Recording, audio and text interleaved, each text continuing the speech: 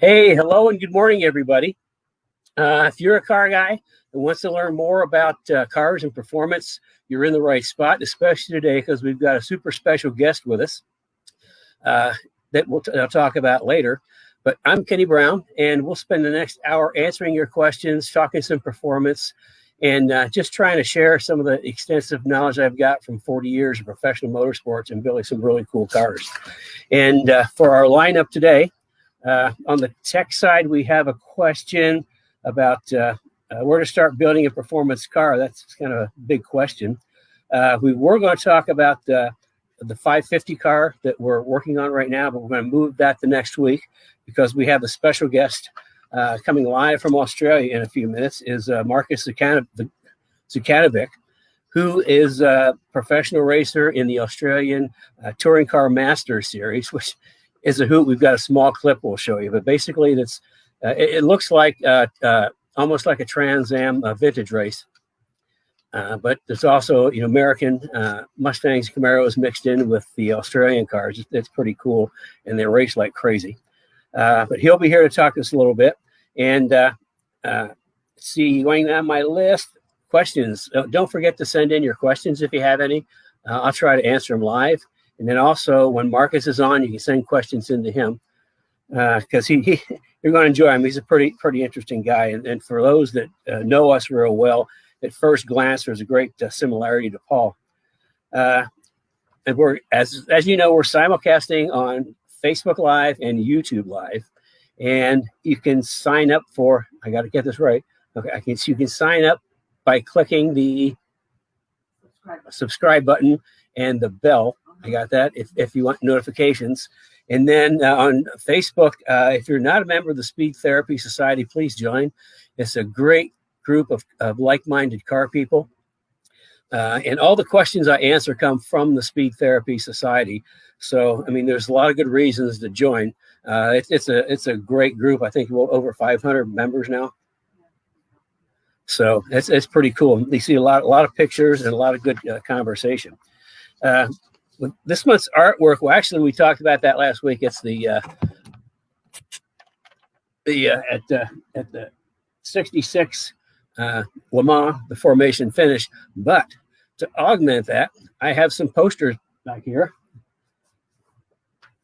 that Marcus sent me from Action Racing, along with his T-shirt. But we'll get to Marcus in just a few minutes.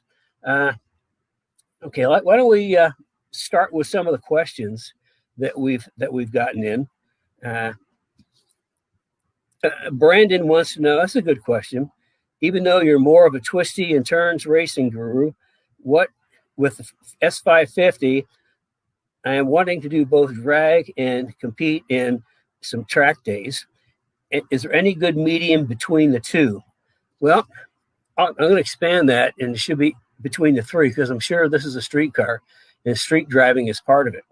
And yeah, actually, there can be. The interesting thing about the 550s is that the further we get into the Mustang history, the better the cars get. When we first started with Fox Mustangs in the Celine R endurance program in '86 and '87, and we started, modifying Mustangs after that, we had to do a lot to the Fox Mustang to really make them quick. When SN95s came out, they were a little bit better, but they were sort of like just an advanced Fox. And but then when the 9904 Cobras came out, that was another leap. They kept getting better and kept doing things to those. When the S197 cars came out, it's like Ford made this huge leap with 3-link in the back of the panel bar and parallel front control arms, which made it really easy to improve the suspension and dynamics. And we didn't even have to put as much chassis stuff on it because it got better. Well, the 550 cars got even better yet. They're pretty rigid right from the factory, and they've done some really good and interesting things to make that car pretty good. So, we don't have to do as much to the 550 cars as we used to make them really quick. But to get back to your question, a couple of things is it all depends on your budget and what you're really looking for. But the thing The one thing you need to do is get the IRS carrier kind of locked down. I think we've got a kit on our website that takes the rubber bushings and the carrier and kind of puts an aluminum cup on it so it doesn't move around. That's one thing. The other thing is just get a good set of springs and shocks. And you want to choose your springs and shocks carefully because you want to do street, drag, and track. So you need to have you can't get too aggressive on spring rate if it's going to be on the street, but you need more spring rate than comes from factory. So if you want more information about that, you can certainly just set up one of the 15-minute consults with me. I'll be happy to talk to you on that further. Okay, Andrew, this is another good question. Engine mount choice with the AGS 3.0 front kit, solid or rubber? So, AGS 3.0 is the SN95 live axle. That's 94 to 04. AGS 3.5 is the IRS cars, and it's like we always just use the factory motor mounts in the street cars. We found them to be pretty good. I would shy away from solid motor mounts, and here's why. Cars, engines, they vibrate. There's a lot of like vibrations running all through the motors all the time. When you have some sort of cushioning material in the motor mount, it kind of absorbs some of those small vibrations and keeps from bad things happening. When in 2003, I think, in our World Challenge GT Mustang, we solid mounted the engine to normal engine mounts, and we cracked 2 blocks. The modular motors just do not have a strong enough block to do a solid mount on the side like where the regular motor mounts are. If you did want to do solid motor mounts, then what you need to do is get engine plates, and that's a pretty good task. What an engine plate is, it's a big plate, and it bolts straight to the front of the engine, one to the front of the engine, one to the back of the engine, and because it's that way, it's held in place with a whole bunch of bolts front and rear, and then that solid mounts to the chassis. So, but as far as the solid mounts on a mod motor, aluminum mod motor, you can try it. I've just had really bad luck with it. That's why we just went back to the regular motor mounts and found them to be just fine, because you can't use that engine as a stress member anyway. Okay, here's a good one. What's the best way to evacuate all the air out of a tire before changing to nitrogen? Well, I got a trick for that. A tip and a trick. What I do is obviously you let all the air out. You put the little valve back in, and then I'll fill them up about halfway with nitrogen. Then I'll take the little valve out, let that all go out, then put the valve back in and fill it up with nitrogen. So I fill it up with nitrogen to kind of dilute the air that's in there and push some of the air that's left out. So there's more nitrogen than air left in there. So it's not really an evacuation. It's just kind of like I do a pre-fill and then a fill. So you get more nitrogen than air. But even getting a little bit of air in there really, unless it's super humid air, really doesn't make a whole lot of difference. Okay, going down my carry list, as you know. Here we go. Yes, you had to write it down. Of course, I forgot it. If you're just joining us, I'm Kenny Brown. This is Live Cars and Coffee, where I spend about an hour or so sharing my extensive experience in professional motorsports and building great cars. And today we have a super special guest, which we'll get to in a few minutes. Let's see. I can tie this into another question back here. I'm going to move back to one of the topics. And this is a question that came through the Speed Therapy Society, but I don't know who sent it in, but the question was where to start in building a street performance car. Boy, that's a big question. It depends on what kind of car.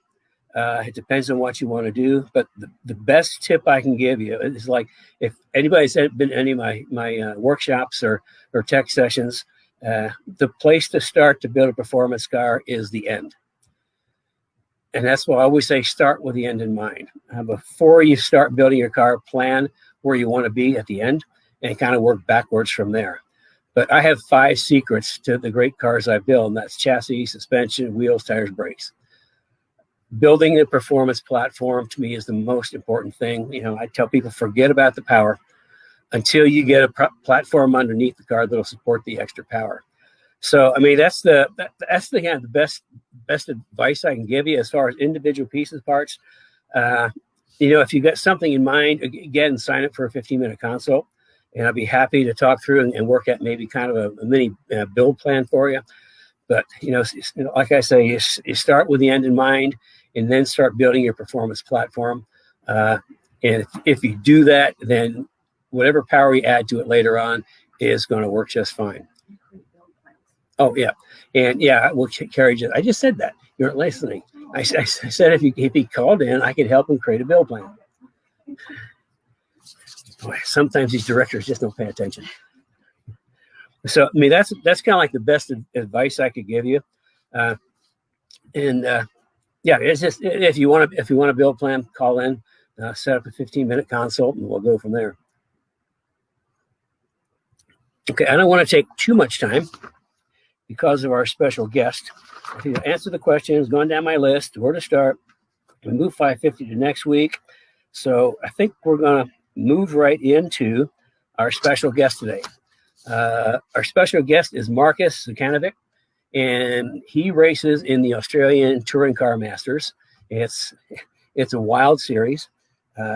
Right now, he's racing a Falcon. That is a Australian Falcon. I think in the 60s or something like that. He'll tell us. But we got connected as him and his father are building a new Fox Mustang race car for the series. And we got connected because we're supplying some suspension pieces for it, a little bit of technical support. And we just got really connected. And, you know, we're great people. You know, it's kind of like great contacts, and we enjoy each other. And I think you'll enjoy Marcus too. So before we're going to try our technology thing again, before we introduce Marcus, we just have a really short clip of the start of the Adelaide race down in Australia.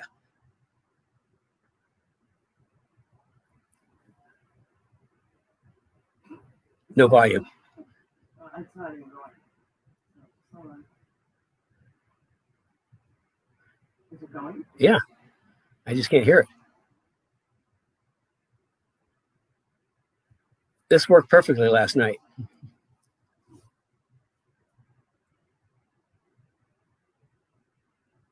I know what I did. What? I'm going to stop sharing it and just keep talking. Okay. I guess she's going to stop sharing. I'm supposed to keep talking. She's going to back up. She figured out which button she didn't push or which button she pushed that she shouldn't have. And I'm just killing time. Killing time. Talking, killing time. Killing time. Oh, here we go.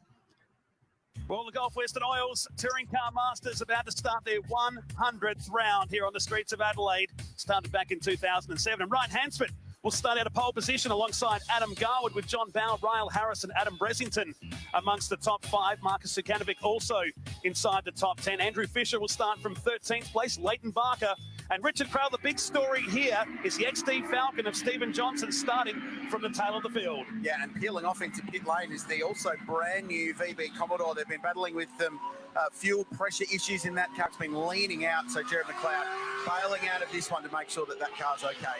A live test session for him today as we get underway for the first points pain race of the year, and they fan out to 3 and 4 wide into the centre chicane. Bell makes contact into Garwood, hits the gravel trap. Hansford's also involved. 3 cars in the gravel trap, and the top 3 contenders, OUT. He got a great start, went down the inside and just did not get the car slowed down enough, and Adam Garwood had nowhere to go and found a Tirana crunching into his rear quarter. Will go safety car straight away. Adam Bressington from 5th on the grid finds himself in front row. Okay, that gives you just kind of a little bit of taste. I said they're it looks like a vintage Trans Am race, and they do race hard, as you just saw.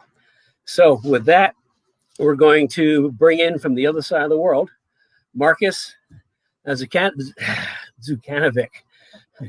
Good morning. I guess it is morning down there. Why don't you tell us where you are in Australia and what time of the day it is? Good morning, Ken, Curry, and all the viewers at home. How are you? It's let me check. I think it's 1:15 a.m. in the morning here in Melbourne, Australia.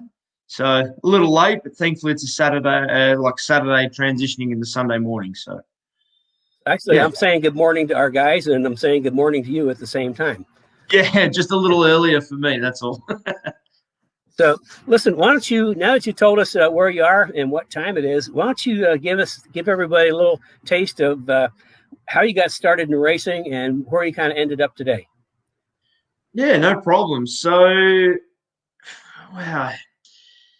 The motorsport interest actually stems back to Dad. Obviously, Dad's been involved in a bit of motorsport, but he was a blown alcohol boat racer back in the day. And it got to a point where I got old enough where he thought, you know what, he'd had enough of racing boats, etc., and business and all that sort of stuff. So he bought us a couple of go-karts, and that's how we got into motorsport, was obviously go-kart racing. So I did it for a year or two when I was quite young, about 11 years old. And then from there, took a break with school and sports and, just trying to find myself as a young fella. And it wasn't until about 16 and, I got my learner's permit to drive on the roads and then decided that I wanted to go racing again. So with that in mind, Dad just sort of said to me, you know what, before I go and outlay all this money in motorsport, we'll see if you obviously, A, have the interest and B, have the talent to try and, take it further. So he dragged the old go-kart we had laying around out, got one of my buddies that he knew that is very handy with go-karts and got us set up. And basically, Dad said to me, hey, let's be realistic about this. If you've got any talent, you can drive. Let's see if we can win a race in the first 3 months. Well, I think it took me, the first month to win my first race, and that was when Dad said, all right, well, we've got something to work with here. So we went out, we bought a couple of new shiny karts and some engines, and for the next 4 years, travelled up and down the eastern seaboard here in Australia, Victoria, New South Wales, Queensland, racing in pretty much every race we could get entered into. So 4 years of that, turned 20 years old, and that was when Dad decided that, probably should look at the next step. And so the next step for us was a one mate category here in this country. We called it Commodore Cup Series. Now, a Commodore is in fact a General Motors car, so GM, but Australian GM. So it's a Holden Commodore, and they run a little 4.2 litre V8 in them with a 4-speed transmission, all that sort of stuff, and all one make. So they're all the same cars. So we cut our teeth at that for a while, up until about, I think it was 2006, when we also cross-entered into a pickup series here, which I guess you could say is kind of like your truck series, a NASCAR over there.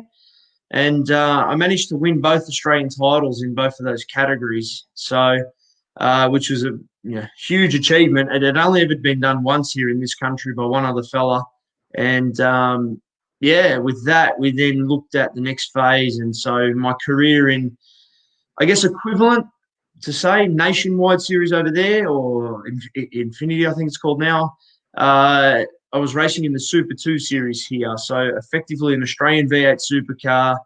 We were running at a privateer level. So, Dad and I and a few good mates worked on the car, and we ran it as best as we could. But very hard to try and compete against factory operations and things like that.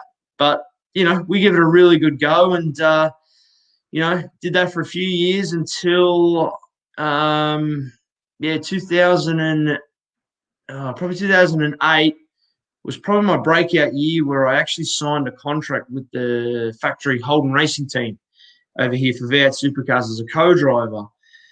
So was signed up to run in 09. Well, in the first part of 09, I was involved in a very heavy testing crash, which nearly took my life. Thankfully, the Hans device saved my life. So losing my contract with the factory GM team, we then sort of found this series now, Australian, Touring Car Masters Series, and it's become, I think, the home for us. The full-time possibility of a career is kind of, past it, but now we're doing it for a lot of fun now, and these cars are just fantastic. So that's how we ended up where we are now in the series, and a little bit over my history as we've gone through. Well, what's the best race car you think you've ever driven? So it'd have to be. Siri wants to talk to me. Hang on. So the best race car probably I've driven is a V8 supercar, obviously, but I was lucky enough to drive a factory Ford Falcon, so an ex-Tickford racing car that was, here in this country. They're the feature Ford team, and I was lucky enough to have one of their cars to compete in the 2015 series. So that was probably the best car, just for the way the dynamics and stuff they had through their whole, suspension platform, the way they got things to work was pretty cool, and the car was pretty quick. So that is probably my all-time favorite. So it's a Ford Falcon V8 supercar FG model, which is a 2012 they first come out, and then they sort of superseded in 2015, 16, I think. Yeah, I believe you're racing a Falcon now. Can you tell everybody about it? Because Falcon here is a whole different meaning than Falcon in Australia. Okay, so the model of car Falcon. So when you say Ford Falcon in this country, it's kind of like it's the family sedan. It's the Australian icon. So just like in the States, you've got Ford versus Chevy, and throw in Ford versus Dodge or whatever it is, all that stuff. Well, the Ford Falcon is effectively the model of car that you would buy to run the kids around and all that sort of stuff. And it's been around for a very long time, and so the model of car in particular is a 1979 Ford XD Falcon. It runs a 351 Australian Cleveland style V8 in it, but obviously all motorsport stuff, motorsport block, and CHI Heads, a company here in this country that specialises in like a 3V style of head. It's making about 750 horsepower, naturally aspirated with a single carburetor, 4-speed Andrews transmission, 9-inch rear end. It's pretty cool sort of a car. Runs Brembo chrome brakes, two-way adjustable Penske shocks all the way through it, and a full Motec system for data logging and data acquisition, all that sort of stuff. So great car, fantastic car. So that's why to land in this category, we love it. It's fantastic cars. Ironically, my very first car when I was a youngster was a 64 Ford Falcon. Right. Okay. So being over there, Ford Falcon, is it slightly different? I'm imagining. Yeah, Ford Falcon was a little compact car. Okay. Came with I think I had 144 cubic inch straight line 6 was the motor. Neck snapping performance. Yeah, with a 3-speed. Okay, very cool. Very cool. I bent the column shifter so much that I had to put a floor shift in it, because the column shifter just looked like a pretzel of all the times I bent it shifting at first and second. So anyway, that's a very long time ago. That's for a whole other chat. Yeah. Well, why don't you tell people a little about the Carrie's holding a sign up. Okay. Tell us a little about the Fox Mustang that you're building now, because to me that sounds pretty exciting. Yeah, so Fox body, this isn't the first time a Fox has sort of been introduced into Australia. So back in, I think it was the late 80s and early 90s, in the Australian touring car series, an Australian icon, Dick Johnson, introduced a Fox body Mustang. And so because of that introduction back then, it sort of allowed our rules to adopt that model of car. Anyway, so after building, first of all, the XD Falcon, we obviously, Dad and I and all the guys, we learned a massive amount about the car and the category and how they like to, how the cars like to be. And so Dad just come up with the idea. He thought, this is, I wonder if the category will allow a Fox body, just the whole concept of the, early 302 cubic inch V8 in it, 4-speed, weighing around 2,900 pounds would be quite a good race car. And so we approached the category and said, look, hey, you've opened the window for the age of the category to maximum 1980. Does that allow us to introduce a 79 1980 Fox body Mustang? And they jumped at the opportunity because it's just such a cool car. And obviously the Mustang is such an iconic brand throughout the world that they thought, why not? How cool would it be to have a 79 80 model Fox racing against a 69, 70, 71 Boss Mustang? So that's how it come about. And then Dad made some phone calls and we managed to find a body shell here in Melbourne that someone had started 20 years ago for a project as a race car, but just never got around to finishing it. So we purchased the body. It was just a bare body shell, and it arrived at the workshop. And then Dad spent many a late night on Google looking to find out who would be a fitting person to jump in and give us a hand to build this Fox body, and enter Kenny Brown Performance. Yeah, we actually shipped a great big pallet of stuff over to Australia. We kind of collected it all up, our front suspension, and we got some special, some other special parts to go with it. And we had this great big old, we also got a axle housing from Strange. We had this great big pallet. Yeah, larger than a regular pallet. And, yeah. It was a big package, definitely, for sure. Yeah, the freight company picked it up. I think it was there in like 3 or 4 days. It got there like pretty quick. We've got a fantastic guy over here, helps us obviously with a lot of motorsport stuff, and the home of Ford really is the United States. We just turn straight to the United States for all our stuff, and obviously yourself and a few other suppliers around the place. We've got this Ford, freight broker we give them a call. We're like, can you go and get this picked up? And sure enough, with the right amount of money, it turns up on your doorstep, 3 or 4 days later. So, which is good. I mean, if you guys jump on my personal Facebook page, you can see some of the photos through the progress of the car, etc. So all Kenny's go-fast bits went under the car, and now it's just about on its wheels where we can start doing the body work and then start doing the roll cage and seat position, etc. Can you tell us what your Facebook page is? And maybe, Brad, if you're out there, you can put it up or post it for people. Yeah, sure. So it's just my name pretty much. The page is obviously my personal race page. So it's just Marcus, as you can see on the vision there, and then my surname, Zukanovic. So Zukanovic. Just jump on, give it a like, and go through. There's some cool stuff in there.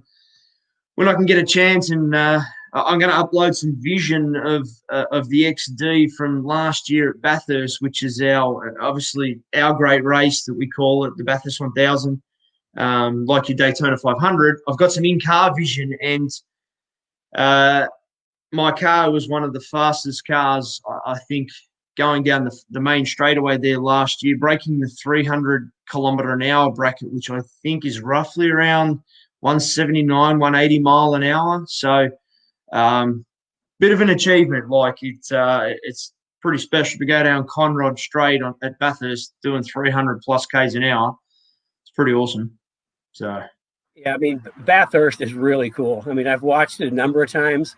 That's actually one of the races my late son Paul really wanted to race, was in Bathurst, but obviously never got the chance. But why don't you give us a little more scope on the series? How many races are there? Where do you race? Yeah, sure. So the Touring Car Masters series out here, quickly, I'll just give you an idea where it stemmed from. So here in this country, they run a category called Group NC. Now, Group NC is basically a category that's 1964, I think, to 73. Anyway, so the cars are actually periodic, raced as per period. So, if it's got drum brakes in the rear, it takes drum brakes still, etc. Anyway, the cars are just so cool. Everyone loves a retro muscle car, from that era. Like, it's such a great era. And so somebody, the category owner at that stage, Tony Hunter, he came up with the idea saying, why don't we take that concept and actually make them raceable and safe? And so that's how Touring Car Masters was born. So it started off 1964 to, I think, 1973, and then the years started to open up over time. And so some of the cars that are in the series now, like I'm racing against some very fast Ford Mustangs, some Chevy Camaros, some obviously Australian-built Ford, so the Ford Falcon. Also racing against some Holdens, obviously an Australian GM, which, there's a little Tirana in there, which I guess is like the platform is like a Fox body. It's quite small, shorter wheelbase, quite narrow. Runs a 5-litre Chevy V8 to 302 cubic inch as well.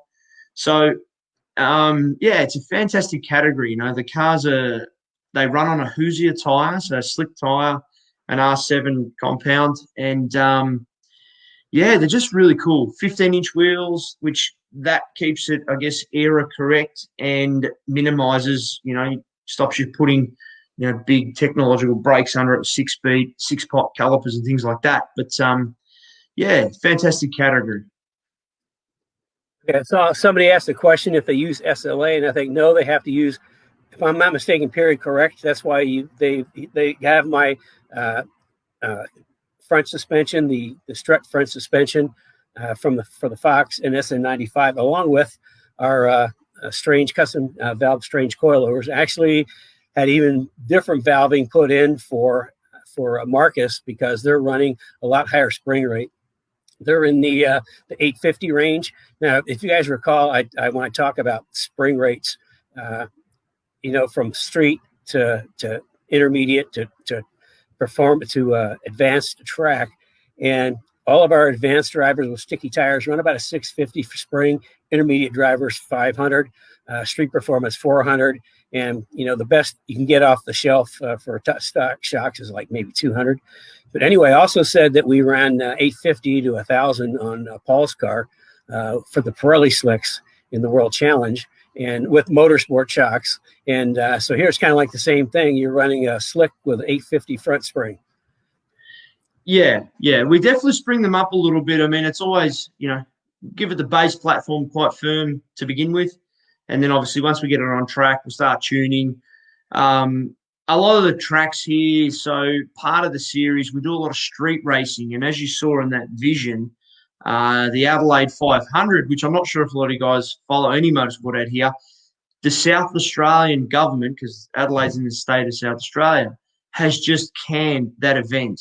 It's devastating. We've lost that race that you just saw vision of for good. They call it the pandemic of this COVID stuff was partially the reason for it, but they're also saying it's not viable. Like, it's just crazy. But that particular track you saw there, Adelaide, that's brutal. Like, lots of curbs. You are hammering curbs and trying to keep the thing out of the fence. It just requires stiffer springs, stiffer shocks, almost with a blow-off style internal inside the shock to allow for you to hit the curb as hard as we do and get them to land and take the landing, So, yeah.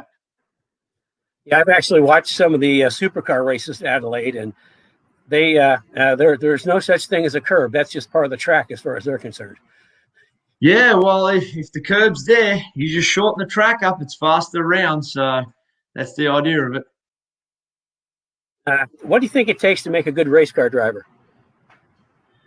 Oh, that's a good question. So, obviously, the biggest one is you got to have a passion for the sport. Like, if you don't have a passion for it, it's very hard to invest in something if you don't have the passion. So, with the passion, then obviously, a lot of dedication. So you've got a mental approach, your physical fitness, pretty much, to be a good race car driver, really have to apply yourself.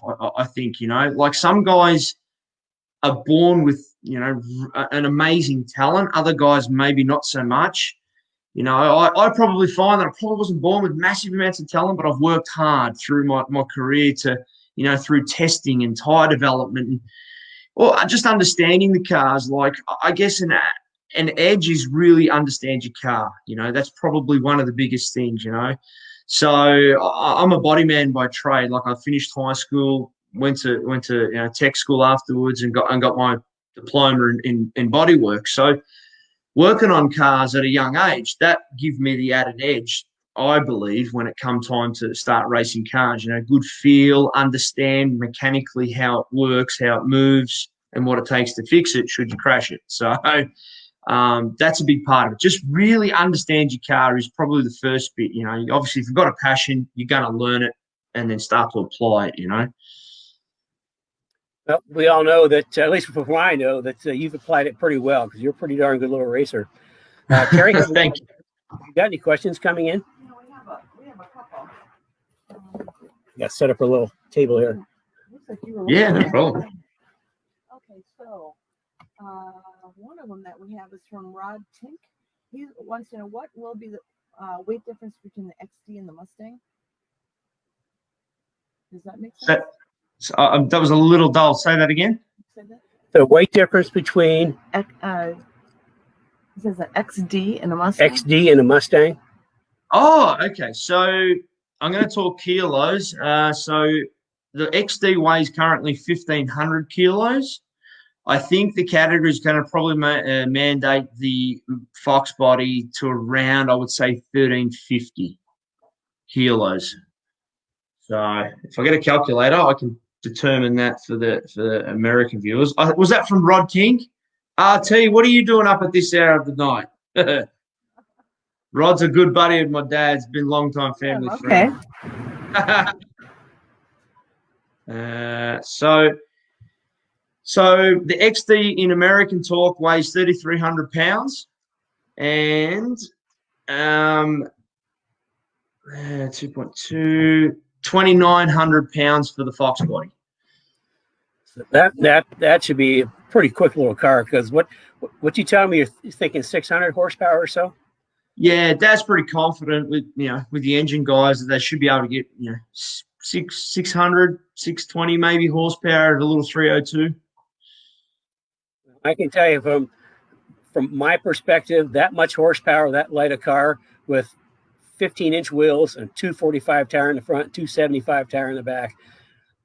That's got to be exciting, if nothing else. Yeah.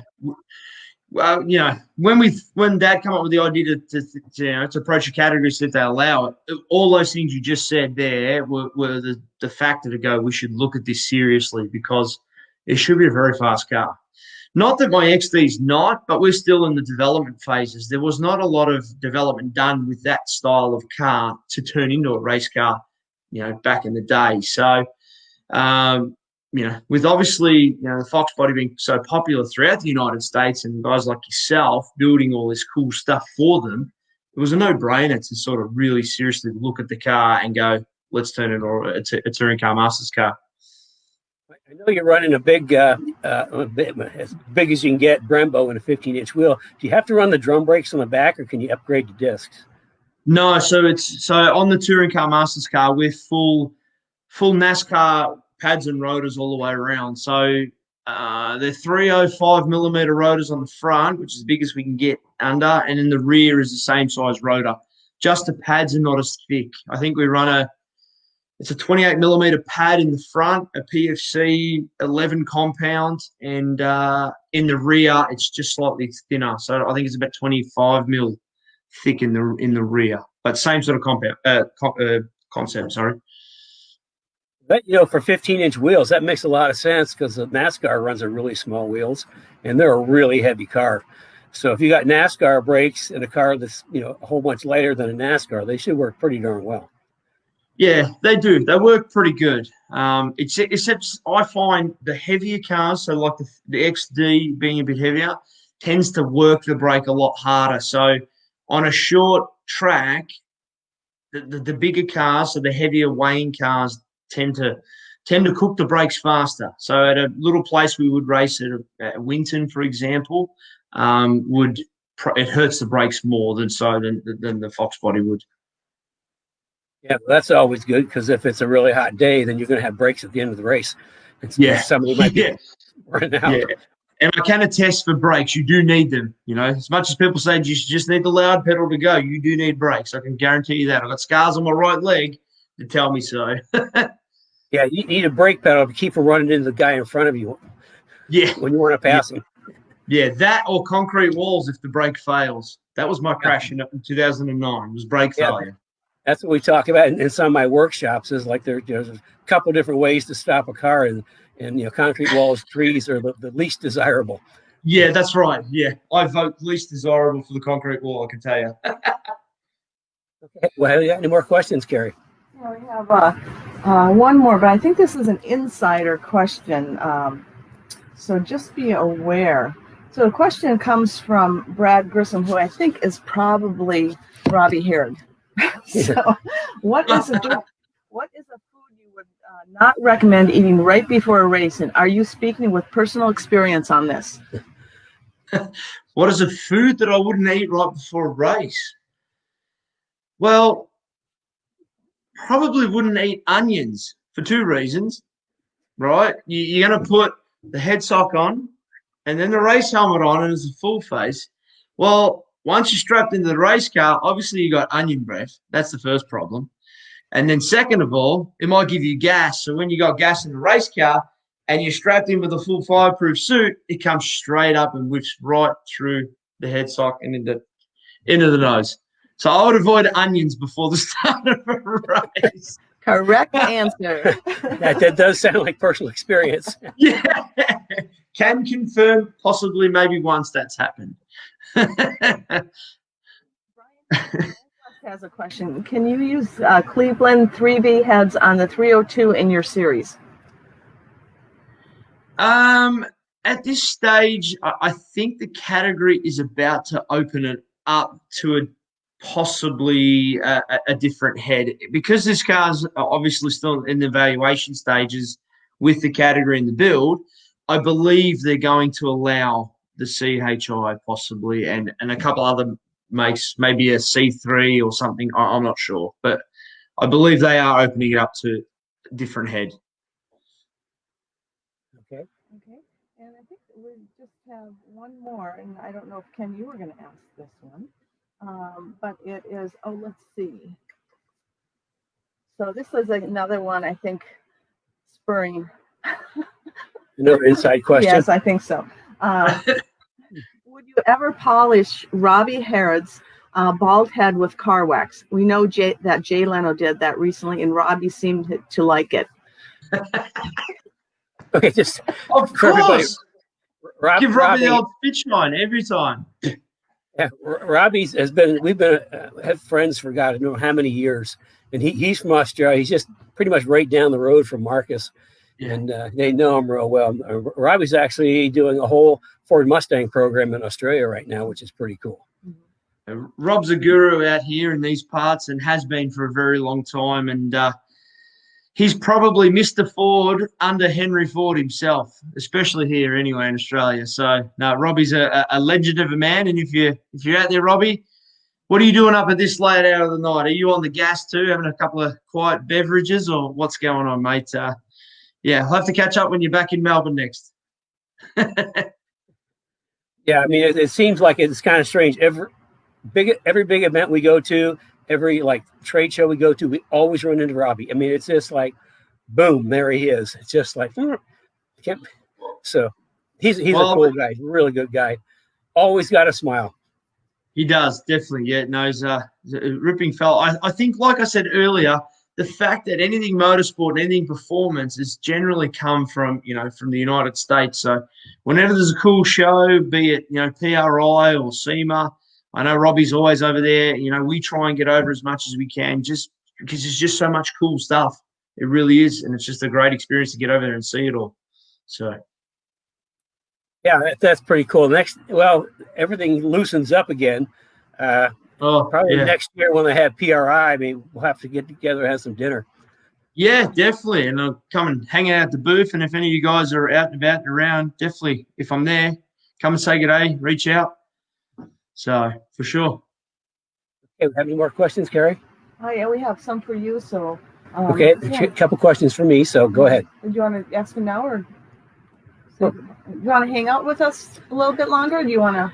Yeah, no, I'm cool. I've got nowhere to be other than sleep, bed.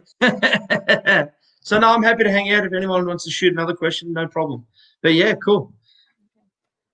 This one is for Kenny. By the way, Don Atcher says cool posters. He really likes your posters. I've got away again. Thank you. Thank you very much. And I think also he's thanking you he's really enjoying what your little talk. Okay, Donna at your house has a question for you, Kenny. He says recommended spring rates for a 1980 Mustang. He has a Maximum Motorsports suspension with torque arm, street and autocross use. It's an 80 Mustang. 80 Mustang. I think we'd have to set up a 15-minute consult because I need to know more. I'm not a torque arm guy, so I'd have to find out more about shocks and other things and what you're running now, and if you're running coilovers or if you're still running the factory coil-on control arm. So I mean, you can just get a hold of Carrie or sign up for 15 minutes, and we can kind of talk through, and I can come up with some ideas because I'd like to have I got a whole huge chart of spring rates, all kinds of spring rates for all kinds of cars, which I always have to refer to. So what else? We also have a question from. It's a very long one. Yeah, long question. This is going to be Giovanni. I think this is probably going to be a. See, that's how long it is. Did you see it up there? Oh my goodness. Do you want to read it? 93 code modified for the street. Choose not to run coilover setup because I thought it might be too aggressive. Instead of iBox sport line springs, yellow conies, EMR arms, lower. Putting a beefy sway bar on. You read it out loud. Beefy sway bar, front sway bar. Is there anything else you recommend for handling support? Well, we probably have to talk because the sport line springs, if I recall, they're equivalent. I always look at the equivalent on coil on strut versus coil on control arm, and if they're on the control arm, that probably equivalent of only maybe a 190 or a 200-pound spring on a coilover. And like I told you guys before, our touring package is 350 and street performance is 400. So I mean, spring upgrade would be a good start, and then the saying that the coilovers are too aggressive. I think that's a misunderstanding because we build custom coilovers for Fox and SN95, and it's my valving, and whether it makes it aggressive or not boils down to what kind of spring rate we're running and what kind of shock valving. And we just are sending out a full coilover set up front and rear for an IRS car that's a street car. So we're going to pull the spring rates way back to I think 375, 400 because it's an IRS car. But yeah, I mean, you can get an IRS, you can get a coilover setup that's we can do a custom setup and make it kind of palatable for whatever you're doing. So that's another good one for a 15-minute consult. Okay. Okay, there's another one. This one is for you, Marcus, and I have a feeling somebody must have talked to Robbie. So you're in trouble again. The question is, if you were to get, I think it was sponsorship. I missed the question. In order to get sponsorship, would you wear a clown nose and a rocker 70s hairstyle for every interview you did? I don't know if I'm getting that correct. No, I think I got a copy of that question right here. Do you have it? Yeah. It says, let's say a sponsor comes along and says, we're going to fully fund you your entire rest of your racing career on the condition you wear a clown nose and 80s rocker wig on every interview as long as you're driving. Would you accept the offer? That's easy. That's not a yes. That's a hell when yes. I put the name Bozo. Bozo the clown. Done. Let's go racing. I mean, money is one of the hardest things to find in racing. And you definitely wear a clown nose for a good sponsorship deal. Jeez, yeah, definitely, 100%.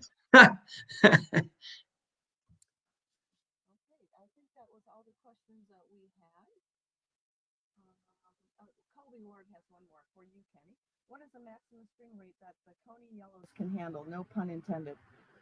The Coney Yellows. I'm thinking about that. I would guess. Now, I presume you're putting a coilover on the Coney Yellows.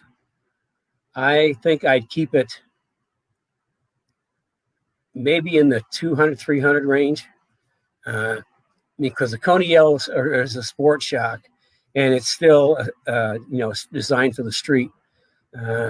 And I would guess, Coney's a good shock absorber. They're typically designed for spring rates that would be on shock around 200 and 225. So I think, that's a hard question because I haven't really seen a shock dyno for Coney Yellows. So I would just guess, because it's a street shock, in the 300 range. And so this is interesting from Dan Atcher. He said he's following Marcus's Fox Body build. So is there a way we can follow that? Is that on your Facebook page? Yeah, he said that's on his Facebook page. I'm not paying attention. Just jump online if you're keen to have a look, and jump on my Facebook page and give it a like. Yeah, I got to get some more content up, but through this COVID stuff, I've been pretty busy in the family business driving a tow truck, so that's kind of taking a lot of my attention right now. But I'll try and get some more photos up shortly, because we've done a little bit more work since. We've got fiberglass doors installed, and all the front end wheels and everything's in. So all Kenny's products are all under the car. But no, definitely jump on Facebook page and follow. I'll give some updates shortly. Okay, if we're out of questions. Yeah, no more questions for today. Well, this is kind of cool. We're actually going to end up on time for a change, which is good. So, and let me talk about, like, next week, I think we're going to talk about 550 cars. We got a 550 car we're doing some development work with. And we also have another interesting car in the shop that has some history with me. We'll talk about a little bit about that too. And of course, send in your questions, things you want me to talk about. Remember that the content of what I talk about come from your questions in the Speed Therapy Society, because I talk about what you want to know about. That thing popped up again. Giovanni popped up. There. Oh, there. So with that, I think let's give everybody a warm round of thumbs up. No, Robbie. I mean, Marcus. Yeah, a warm round of thumbs up for Marcus. Okay. For joining us today and sharing some of his adventures in motorsport and about his new car, which I'm pretty excited about. I can't wait to see it on track. So with that, get some thumbs up going and send us some love, and we'll probably have Marcus back on again sometime as the definitely. I'd like to be back for sure. We'll find out more what's going on with the car. So with that, we will see you all next week. Same time, same station. Actually, different time next week. Oh, why is it different time next week? Because tomorrow morning is fall back. We go back on daylight standard time at 1 a.m. or 12 a.m., whatever. So next week, it'll be still 10 o'clock, but it'll be actually almost feel like 11 o'clock. Yeah, everybody gets to sleep an extra hour tomorrow. So with that, we thank everybody for joining us today, and thank Marcus again, and we will see you next week. Thank you, Marcus. Thanks, guys. Take care. Talk to you soon.